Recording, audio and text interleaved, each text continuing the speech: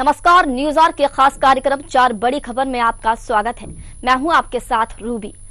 तो आज की पहली बड़ी खबर में बात होगी दिल्ली की, जहां आईएमडी के 150वें स्थापना दिवस कार्यक्रम में देश के प्रधानमंत्री नरेंद्र मोदी शामिल हुए। वहीं दूसरी बड़ी खबर में हम बात करेंगे दिल्ली की ही, जहां पूर्व मुख्यमंत्री अरविंद केजरीवाल ने बड़ा आरोप लगाते हुए कहा कि दिल्ली विधानसभा चुनाव में भाजपा और कांग्रेस की जुगलबंदी उजागर होगी। वहीं तीसरी बड़ी खबर में जिक्र करेंगे उत्तर प्रदेश का, जहां वोट बैंक को साधने के लिए बीजेपी भी पासी समाज से ही प्रत्याशी बीजेपी ने उतार लिया है। वहीं चौथी और आखिरी बड़ी खबर उत्तर प्रदेश से है, जहां महाकुंभ का पहला अमृत स्नान मंगलवार सुबह 6:15 पर हुआ। हाथों में तलवार, त्रिशूल, डमरू, पूरे शरीर पर भभूत, घोड़े और रथ की सवारी पर हर हर महादेव का उद्घोष करते हुए नागा साधु संत संगम पहुंच रहे हैं। तो आइए शुरू करते हैं 4 बड़ी खबर।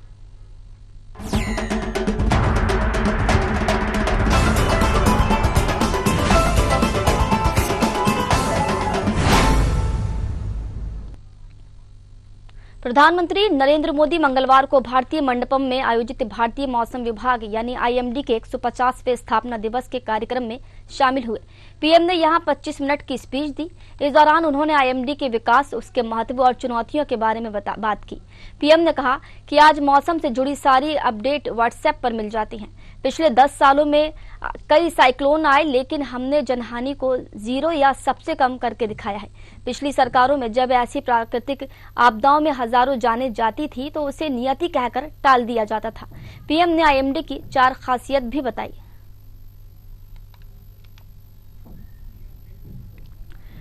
तो देखिए, इस दौरान पीएम ने कहा कि आईएमडी के जरिए अर्ली वार्निंग वॉर ऑल जारी किया गया है। देश की 90% आबादी तक इसकी पहुंच है। हर किसी को पिछले और आने वाले 10 दिनों की जानकारी मिलती है। मौसम से जुड़ी भविष्यवाणी सीधे व्हाट्सएप पर पहुंच जाती है। हमने मेघदूत मोबाइल ऐप बनाया, जहां देश की सभी स्थानीय भाषा में जानकारी मिलती है। 10 साल पहले देश के सिर्फ 10% किसानों और पशुपालकों को मौसम से जुड़ी जानकारी मिलती थी। आज ये संख्या 50% से ज्यादा हो गई है। यहाँ तक कि बिजली गिरने की जानकारी मोबाइल पर मिलती है। देश के लाखों समुद्री मछुआरे समंदर में जाते थे तो उनके परिवारों को अनहोनी की आशंका रहती थी। अब मछुआरों को रियल टाइम अपडेट मिल रहा है।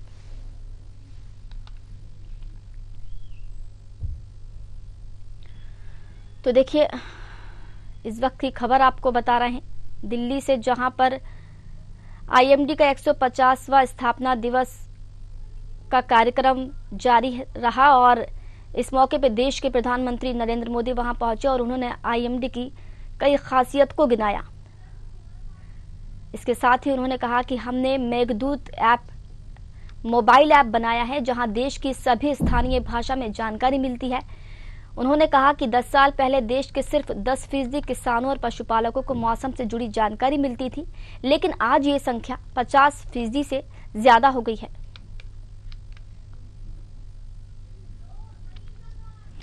चलिए, इस खबर पर चर्चा के लिए हमारे साथ मनीष अग्रवाल, राजनीतिक विश्लेषक, जुड़ गए हैं। मनीष जी, बहुत बहुत स्वागत है।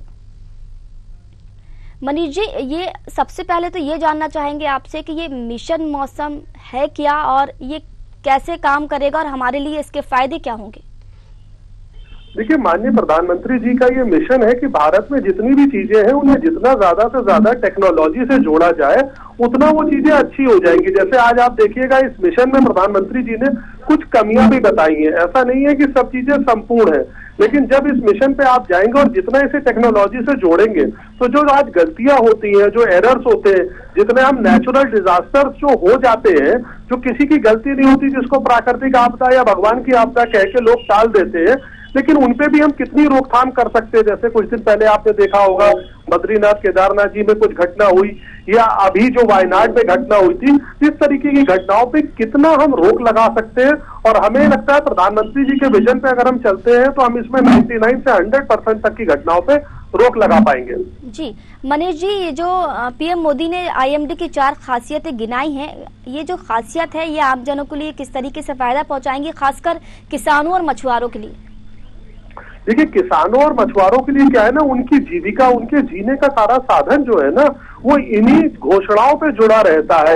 जैसी फोरकास्ट मिलती है वैसे वो अपनी खेती का काम करते हैं, वैसे मछुआरे समुद्र में जाते हैं। तो जितना टेक्नोलॉजी का इम्प्रूवमेंट होगा उतना उनका नुकसान कम होगा, उनकी पैदावार बढ़ेगी और उनका जीवन यापन अच्छे ढंग से हो पाएगा, क्योंकि उनकी फसलें भी नष्ट होती हैं और मछुआरों को तो अपने जीवन से भी इसमें हाथ धोना पड़ता है। तो इन चीजों के इम्प्लीमेंट होने से उनकी दोनों चीजें बेहतर होंगी, जिससे उन्हें जीवन यापन भी अच्छा मिलेगा और उनका जीवन भी सुरक्षित रहेगा। अग्रवाल जी, कहीं ना कहीं पीएम मोदी ने पिछली सरकारों पर भी निशाना साधा। उनका कहना है कि पहले की जो सरकारें थी उनमें अगर प्राकृतिक आपदा से अगर मौतें होती थी तो ये कह दिया जाता था कि ये तो नियति है, लेकिन अब ऐसा नहीं होगा। क्या कुछ कहेंगे? बिल्कुल सही कहा माननीय प्रधानमंत्री जी ने। पहले ऐसा ही कहा जाता था। अभी अगर आपने देखा होगा तो जब प्रियंका गांधी जी वायनाड से सांसद बनी थी तो वो सबसे पहले एप्लीकेशन जो अमित शाह जी पे लेके गई थी वो भी एक प्राकृतिक आपदा की ही थी, जिसके लिए वो बताने गई थी कि वहां पे उन लोगों की और मदद चाहिए या कैसे मदद करनी चाहिए। तो देखिए आप केंद्र सरकार का क्या रोल रहता है। सबको मालूम है केरला में कौन सी प्रदेश सरकार है, प्राकृतिक आपदाएं आती हैं, लेकिन इसकी जिम्मेदारी जो है हर सरकार को उठानी पड़ेगी, चाहे वो केंद्र की हो चाहे वो सेंट्रल की हो। इसीलिए प्रधानमंत्री जी ने ये बोला है कि पुरानी सरकारें इसको नेग्लेक्ट करती रहती थी, प्राकृतिक आपदा कह के टाल देती थी, लेकिन हमें ये कोशिश करनी होगी कि इस सरकार की कोई भी आपदा अपने देश में कभी भी ना हो। मनीष जी, यहाँ पर पीएम मोदी ने मेघदूत मोबाइल ऐप का भी जिक्र किया है, तो ये जो ऐप बनाया गया है ये किस तरीके से वर्क करता है और क्या कुछ हमारे लिए फायदा पहुंचाता है और कैसे जानकारी हम तक पहुंचाता है?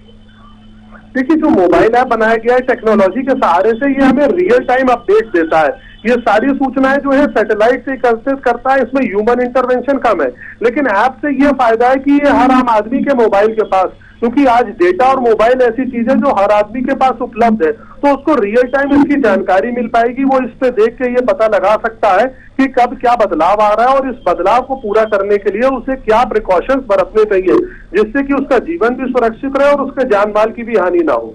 ठीक है मनीष जी, बहुत बहुत शुक्रिया, आप जुड़े और आपने अपने विचार साझा किए।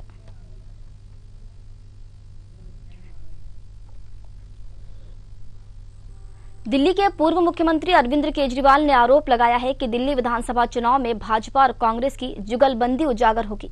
उन्होंने कहा कि मैं जब राहुल गांधी के बारे में बोलता हूं तो उसका जवाब भाजपा की ओर से आता है। दोनों के बीच साझेदारी चल रही है। दरअसल राहुल गांधी ने सोमवार को दिल्ली के सीलमपुर में कहा कि अरविंद केजरीवाल कहते थे कि वो दिल्ली को साफ करेंगे, भ्रष्टाचार खत्म करेंगे और राष्ट्रीय राजधानी को पेरिस बना देंगे। क्या हुआ? क्या उन्होंने भ्रष्टाचार खत्म किया? दिल्ली में प्रदूषण, भ्रष्टाचार और महंगाई बढ़ रही है। केजरीवाल ने एक्स पर जवाब दिया कि राहुल गांधी जी दिल्ली आए, उन्होंने मुझे बहुत गालियां दी, पर मैं उनके बयानों पर कोई टिप्पणी नहीं करूंगा। उनकी लड़ाई कांग्रेस बचाने की है, लेकिन मेरी लड़ाई देश बचाने की है। उन्होंने कहा कि ये दिल्ली चुनाव शायद कांग्रेस और भाजपा के बीच वर्षों पुरानी साझेदारी को उजागर कर देगा।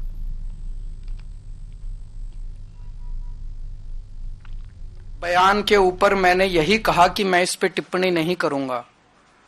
उसका जवाब कांग्रेस ने नहीं दिया, उसका जवाब बीजेपी के एक बड़े नेता ने दिया। तो ये सारे बीजेपी और कांग्रेस मिलके दिल्ली की जनता के खिलाफ और दिल्ली के लोगों के खिलाफ और आम आदमी पार्टी के खिलाफ चुनाव लड़ रहे हैं। अब इसमें कोई शक नहीं रह गया, कोई गुंजाइश नहीं रह गई है। जो पर्दे के पीछे का गठबंधन था, इस बार वो दिल्ली के चुनाव में पर्दा उठ गया है।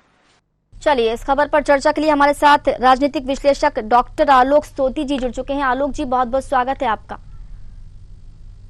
आलोक जी, पूर्व मुख्यमंत्री अरविंद केजरीवाल ने आरोप लगाया, उनका कहना है कि आने वाले विधानसभा चुनाव में कांग्रेस और बीजेपी की जुगलबंदी उजागर होगी। उनके इस बयान से, उनके इस दावे से कितने सहमत हैं आप? देखिए रूबिया जी, कितना विचित्र गठबंधन है, इंडिया गठबंधन है। लोकसभा में जो है आपका कांग्रेस पार्टी और आप पार्टी एक साथ ही चुनाव लड़ी थी, बीजेपी के अगेंस्ट लड़ी थी। लेकिन अब स्थिति देखिए, यहाँ पंजाब की, हरियाणा की बात है, वहां पे गठबंधन नहीं हो पाया और दिल्ली में भी विधानसभा चुनाव में गठबंधन नहीं हो पा रहा है, एक दूसरे के विरोध में है।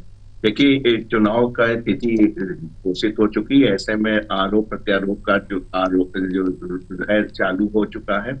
ऐसी स्थिति में आप देख रहे हैं कि कांग्रेस भी जान फूक रही है। जिस तरीके से सलीमपुर में राहुल गांधी जी मैदान में उतरे हैं, उससे आप पार्टी को खतरा नजर आ रहा है, इसलिए वो डायरेक्ट प्रहार नहीं कर पा रही, क्योंकि अभी भी इंडिया गठबंधन एग्जिस्ट करता है और आप पार्टी उसका पार्ट है, इसलिए जो है डायरेक्टली जो है हिट कर रही है। बीजेपी पे ऊपर जो है आरोप लगा रही है। तो कुल मिला के स्थिति ये है कि दिल्ली चुनाव बड़ा दिलचस्प होने वाला है। अगर राहुल गांधी जी भी मैदान में उतरते हैं, कांग्रेस भी अपना वोट परसेंटेज बढ़ाती है, तो आप पार्टी के लिए खतरा हो सकती है। इसलिए अभी आप देख रहे हैं बहुत संभल संभल के राहुल गांधी के ऊपर जो है केजरीवाल साहब अटैक कर रहे हैं। जी, लेकिन आलोक जी, अगर हम लोकसभा चुनाव की बात करें तो आप और कांग्रेस गठबंधन में थी उस टाइम। अब इतने कम समय में ऐसा क्या हो गया इनके बीच जो इनकी राहें अलग हो गई हैं? देखिए, आप पार्टी की स्थिति जो है दिल्ली में बहुत अच्छी है और वो प्रचंड बहुमत से 2 बार जीत चुकी है। ऐसे में उसको लग रहा है कि अगर कांग्रेस पार्टी के साथ अगर वो गठबंधन करती है तो उसका नुकसान ही होगा सीटों का। ऐसी स्थिति में अलग रहना चाहती हैं और इंडिया गठबंधन के तमाम जो दल हैं उन्होंने जो है केजरीवाल को किया, चाहे वो अखिलेश जी हो उत्तर प्रदेश से या ममता दीदी हो आपकी बंगाल से। लेकिन ऐसे में कांग्रेस का इंडिपेंडेंट होकर पूरा उतरना, जो कि इंडिया गठबंधन का अग्रणी ग्रुप है, उसका जो है अग्रणी दल है, तो ऐसे दल में की विविधता को आपको देखने को मिलेगी। हरियाणा में भी देखने को मिली थी, लेकिन दिल्ली जो है वो केवल भारत का केंद्र नहीं है, विश्व का केंद्र है। लोगों के जो विदेशी मीडिया है वो भी वहां पे निगाह रखाए बैठे हैं। ऐसे में साफ नजर आ रहा है जो खाइयां कांग्रेस और आप पार्टी के बीच में है, तो उसको देखने वाली बात है कि इससे इंडिया गठबंधन पे काफी असर पड़ेगा। तो ऐसे में दोनों पार्टियां एक दूसरे पे खुल के आरोप प्रत्यारोप नहीं कर पा रही हैं, इसलिए बीजेपी के कंधे पर रख के आप पार्टी बंदूक चला रही है।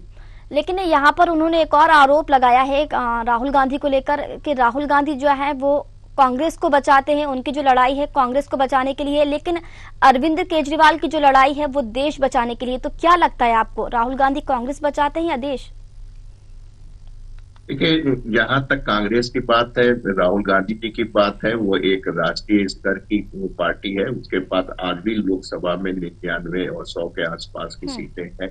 तो आप कह सकते हैं कि राहुल गांधी जी का जो स्तर है वो हकीकत में देखा जाए तो आप पार्टी से अरविंद केजरीवाल जी से काफी ऊपर है। तो ऐसे में जहां तक पार्टी बचाने की बात है, जिस तरीके से उन्होंने पार्टी को आगे बढ़ाया है, आपने देखा था 44 सीट पे आगे उसका 54 आया, 99 पे पहुंचे, 3 अंकों में पहुंचने की कोशिश कर रहे हैं। तो ऐसी स्थिति में आप ये नहीं कह सकते कि राहुल गांधी जी जो नेतृत्व में जो कांग्रेस की स्थिति है वो बढ़ ही रही है, खराब नहीं हो पा रही है। लेकिन ये कैसे कह सकते हैं कि एक विधानसभा जो कि पूर्ण उसका राज का दर्जा भी नहीं है, वहां का एक ऐसा मुख्यमंत्री जिसको जो है बेल पे हो, जिसके जो अपने ऑफिस नहीं जा सकता, किसी फाइल पे साइन नहीं कर सकता, ऐसे जो है देश बचाने निकले हुए हैं। जबकि उनको तो एक छोटी सी विधानसभा है जो कि जिसको पूर्ण राज का दर्जा भी नहीं है। वो पहले अपनी राज्य को देख लें, देश तो बाद में बचाएंगे।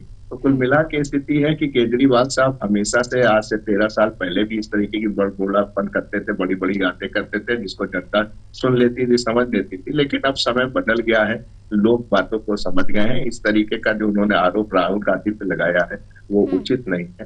तो इतना अभी बड़े नेता नहीं बचे कि जी बिल्कुल आलोक जी, लेकिन अभी तक देखा ये गया था कि कांग्रेस और आम आदमी पार्टी गठबंधन में थी, लेकिन अब इनकी राहें हालांकि अलग हो गई हैं। लेकिन अगर हम बात करें, क्योंकि कहते हैं कि 2 की लड़ाई में तीसरे को फायदा हमेशा मिलता है, तो क्या इन दोनों की जो लड़ाई है बीजेपी उसका फायदा उठा पाएगी?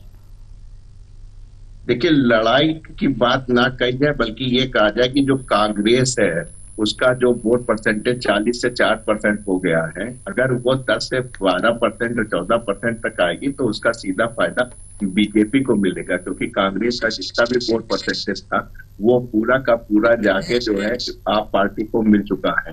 तो ऐसी स्थिति में आप पार्टी जो भी कांग्रेस के वोटर्स हैं, विशेषकर देखा जाता है 12% जो है SC और ST अनुसूचित जनजाति है और जनजाति है, और ऐसे में आप देख रहे हैं 13% मुस्लिम वोट थे, जो कि एक समय कांग्रेस का वोट परसेंटेज होता था। ये जो 26% है ये पूरा का पूरा आप पार्टी की तरफ से हो चुका है। ऐसे में स्थिति में जो है अगर कांग्रेस आती है अपने पुराने वोट बैंक को पाने की कोशिश करती है तो उसका जो घाटा होगा वो आम पार्टी को होगा।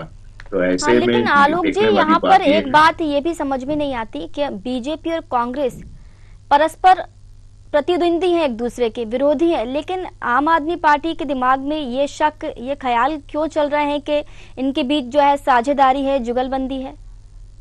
क्या लगता है आपको? रूबिया जी, हमने आपको बताया ना कि इंडिया गठबंधन का पार्ट है जिसमें कांग्रेस मुखिया दल है, तो ऐसे में डायरेक्ट अभी गठबंधन एग्जिस्ट करता है, खत्म नहीं हुआ है। ऐसे में आम आदमी पार्टी केजरीवाल साहब डायरेक्ट हिट नहीं कर सकते हैं। ऐसे में वो बीजेपी के कंधे पे बंदूक रख के राहुल गांधी पे निशाना साध रहे हैं।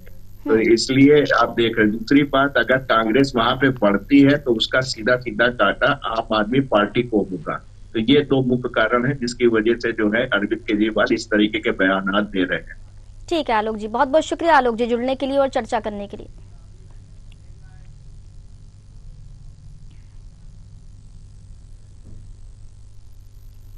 चलिए तीसरी बड़ी खबर में बात करेंगे अयोध्या की, जहां मिल्कीपुर सीट पर उपचुनाव के लिए 5 फरवरी को वोटिंग है।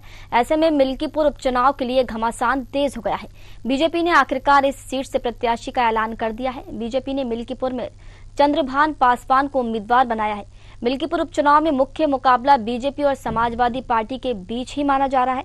सपा ने पहले ही यहां से सांसद अवधेश प्रसाद के बेटे अजीत प्रसाद को उम्मीदवार बना रखा है। बहुजन समाज पार्टी चीफ मायावती ने मिल्कीपुर उपचुनाव नहीं लड़ने का फैसला लिया है। कांग्रेस ने विपक्ष के इंडिया गठबंधन का धर्म निभाते हुए पहले ही सपा को समर्थन देने का ऐलान किया था। मिल्कीपुर में राष्ट्रवाद बनाम पीडीए के बीच होने वाला मुकाबला हिंदुत्व के एजेंडे पर यूपी की राजनीति की दिशा तय करेगा। मिल्कीपुर में करीब 3.23 लाख मतदाता हैं। इनमें 1 लाख से ज्यादा दलित मतदाता हैं। दलितों में भी करीब 57,000 पासी मतदाता हैं। चलिए इस खबर पर ज्यादा जानकारी लेंगे। लखनऊ से ब्यूरो हेड प्रशांत राव हमारे साथ जुड़ चुके हैं। प्रशांत, अब बीजेपी ने भी अपना उम्मीदवार का ऐलान कर दिया है और जो नामों पर मंथन चल रहा था उसमें से एक नाम निकलकर सामने आ गया है, क्या कहेंगे?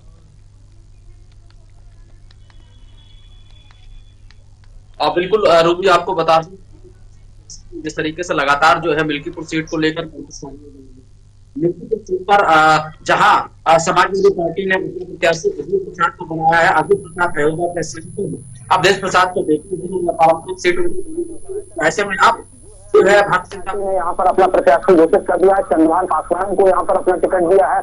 पासी बनाम पासी, क्योंकि यह जो सीट है वो अनुसूचित जाति में रिजर्व है। ऐसे में पासी बनाम पासी का यहाँ चुनाव हो गया है। निश्चित रूप से लेकर दिलचस्प मुकाबला है, इस पर सभी की निगाहें टिकी हुई है।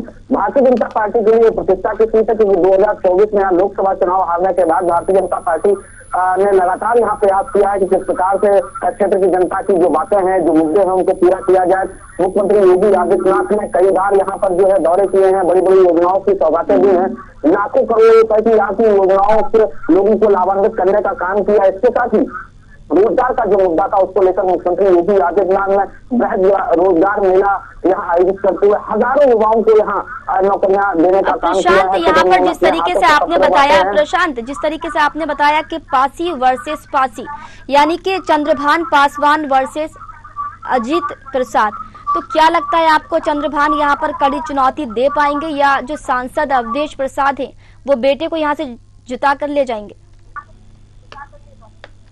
देखिए, दोनों ही प्रत्याशी जो है सियासी घरानों से ताल्लुक रखते हैं, चाहे वो अजीत प्रसाद हो। अजीत प्रसाद के पिता जो अयोध्या के सांसद हैं वह भी लगातार जो है राजनीति में सक्रिय रहे हैं। अवधेश प्रसाद जो वर्तमान में इस समय अयोध्या के सांसद हैं, निश्चित तौर से वो भी विधायक हो चुके हैं, पूर्व मंत्री रहे हैं।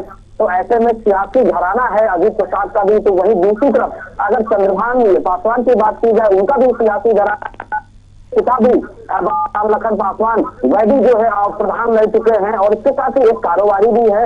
निश्चित तौर से देखिए दोनों का सियासी घराना है और उसका लाभ जो है चुनाव में उनको मिलेगा। अजीत प्रसाद की बात की जाए, अजीत प्रसाद के पिता जो है 2024 तक यहाँ से विधायक रहे और इस्तीफा देने गया, मतलब लोकसभा चुनाव जीतने के बाद उन्होंने विधायक से इस्तीफा दे दिया था।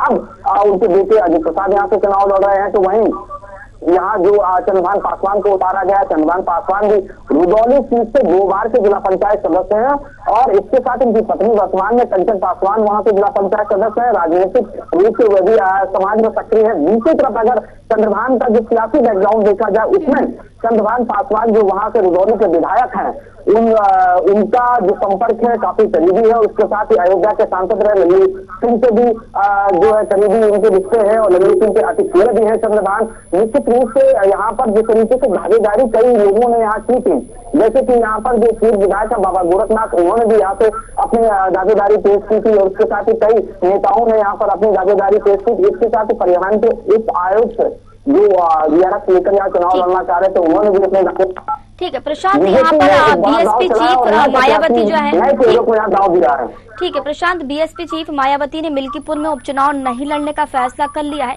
क्या लगता है उनका ये जो फैसला है ये किसके लिए फायदेमंद साबित होगा, किसको फायदा मिलेगा उनके ना लड़ने से?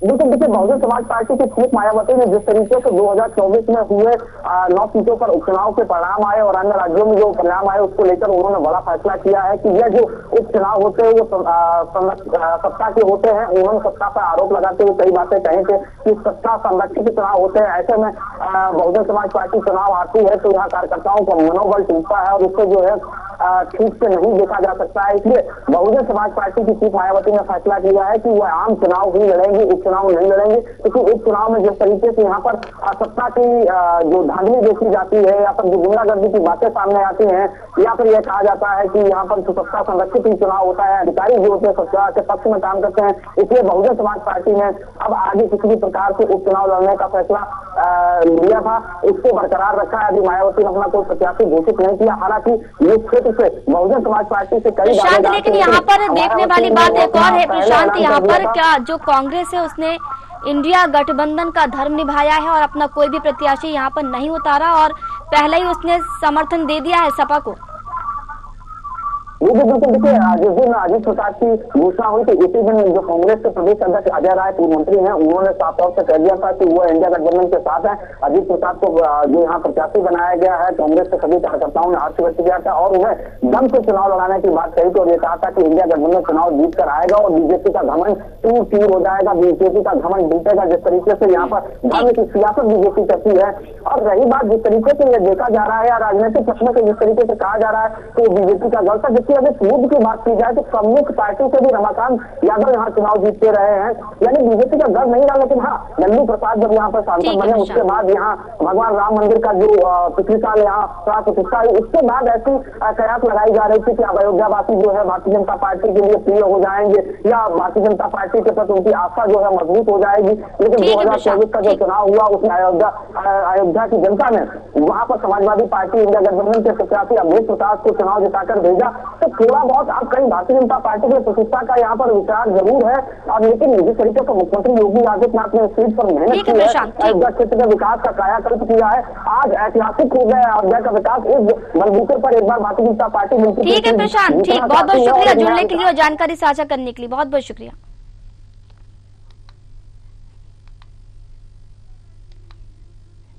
महाकुंभ का पहला अमृत स्नान मंगलवार सुबह 6:15 से शुरू हुआ। हाथों में तलवार, त्रिशूल, डमरू, पूरे शरीर पर भभूत, घोड़े और रथ की सवारी पर हर हर महादेव का उद्घोष करते हुए नागा साधु संत संगम पहुंच रहे हैं। सरकार के मुताबिक दोपहर 1 बजे तक 1,60,00,000 श्रद्धालु संगम में स्नान कर चुके हैं। इस हिसाब से 30 घंटे में 3 करोड़ लोगों ने गंगा में डुबकी लगाई। हालात संभालने के लिए आर्मी को भी स्टैंड बाई पर रखा गया। जूना अखाड़े समेत 7 सन्यासी अखाड़ों के संत स्नान कर चुके हैं। अब बैरागी अखाड़ों के संत संगम में स्नान करने के लिए निकले हैं। महाकुंभ में पहली बार शाही स्नान की जगह अमृत स्नान शब्द का इस्तेमाल किया गया है।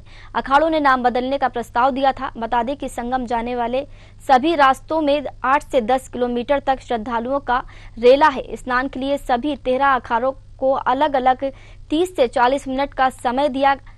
संगम पर दुनिया भर की मीडिया और 50 से ज्यादा देशों के श्रद्धालु रहे। चलिए ज्यादा जानकारी लेंगे, हमारे साथ नन्हे सिंह संवाददाता प्रयागराज से जुड़ चुके हैं। नन्हे, आज जो अमृत स्नान था सुबह 6:15 पर उसका स्नान हुआ था, क्या कुछ जानकारी निकल कर आ रही है? और अभी जो महाकुंभ ये जो मेला चल रहा है इसकी जानकारी बताइए और यहाँ पर अभी इस वक्त कैसा माहौल दिखाई दे रहा है? जी संगम नगर प्रयागराज में पतित पावनी माँ गंगा यमुना सरस्वती के जो त्रिवेणी संगम है यहाँ आगे तक जो आंकड़े थे 1 बजे तक 1,60,00,000 स्नान किए थे, लेकिन 3 बजे तक का ये आंकड़ा लगभग 2.5 करोड़ पहुंच चुका है और भी आंकड़े जो है बदल सकते हैं।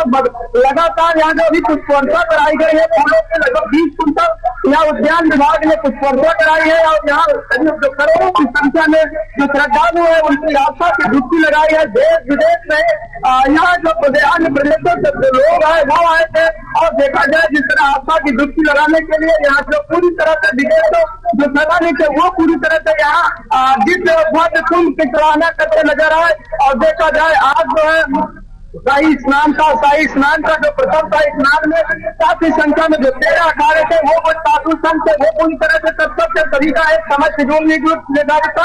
हालांकि देखा जाए तो सभी अपने समय से लगातार जो देखा जाए जिस तरह से सभी अखाड़े हैं और हर अखाड़े का एक समय था जो समय अगर आने जाने का देखा जाए लगभग 9.5 घंटे का आप सभी अखाड़ों का समय दिया गया कि आप इतने समय में आप अपना स्नान करेंगे और देखा जाए आने जाने में लगभग 12 घंटे से ज्यादा लगते हैं। इसमें श्रद्धालुओं को भी काफी समस्या का भी सामना करना पड़ा। लेकिन हालांकि यहाँ जो नागा सन्यासी है और यहाँ जो किन्नर अखाड़े हैं वो जिनका स्नान था वो काफी भव्य देखने के लिए जो श्रद्धालु थे वो काफी संख्या में सुबह से ही स्नान करने के बाद वो जो है साधु संतों की जो स्नान था उसको देख रहे थे।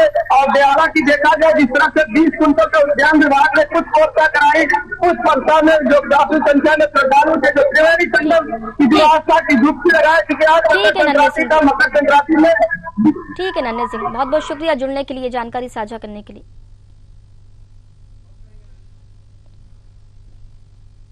तो 4 बड़ी खबरों में फिलहाल इतना ही। देश दुनिया की ताजा अपडेट्स के लिए बने रहिए न्यूज़ आर्क के साथ। नमस्कार।